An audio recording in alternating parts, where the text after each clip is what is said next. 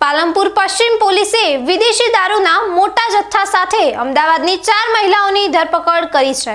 આ મહિલાઓ થેલાઓમાં છુપાવીને દારૂની હેરાફેરી કરી રહી હતી, ત્યારે પોલીસે બાતમીના આધારે ઓપરેશન પાર પાડી મુદ્દામાલ જપ્ત કર્યો છે। બનાસકાંઠા જિલ્લામાં પ્રોહિબિશનની કડક અમલવારી વચ્ચે પાલનપુર શહેર પશ્ચિમ પોલીસ સ્ટેશનની ટીમ જ્યારે વિસ્તારમાં પેટ્રોલિંગ કરી રહી હતી ત્યારે તેમને એક ચોક્કસ બાતમી મળી હતી। બાતમી એવી હતી કે કેટલીક મહિલાઓ ગેરકાયદેસર રીતે દારૂનો જથ્થો લઈને પસાર થઈ રહી છે। આ બાતમીના આધારે પોલીસે વોચ ગોઠવી હતી અને ડોક્ટર હાઉસથી કોઝી તરફ આવતા માર્ગ પર 4 શંકાસ્પદ મહિલાઓને અટકાવી હતી।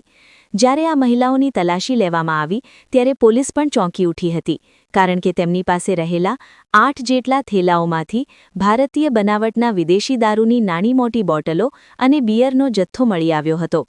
પોલીસે તપાસ કરતા કુલ 339 નંગ બોટલ અને બિયર મળી આવ્યા હતા, જેની અંદાજિત કિંમત 70,010 રૂપિયા આંકવામાં આવી છે। ઝડપાયેલી મહિલાઓની પૂછપરછ કરતા જાણવા મળ્યું કે તેઓ અમદાવાદના રાયપુર દરવાજા બહાર આવેલા કાગડાપીઠ વિસ્તારની રહેવાસી છે।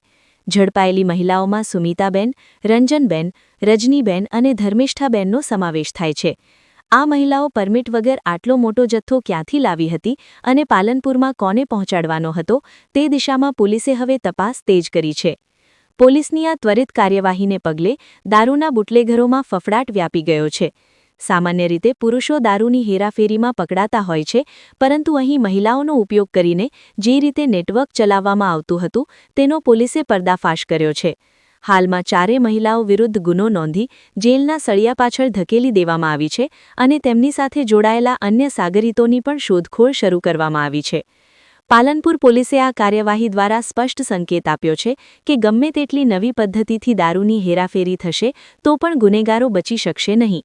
હાલ પોલીસ આ મહિલાઓના રિમાન્ડ મેળવીને મોટા રેકેટના મૂળ સુધી પહોંચવા પ્રયાસ કરી રહી છે।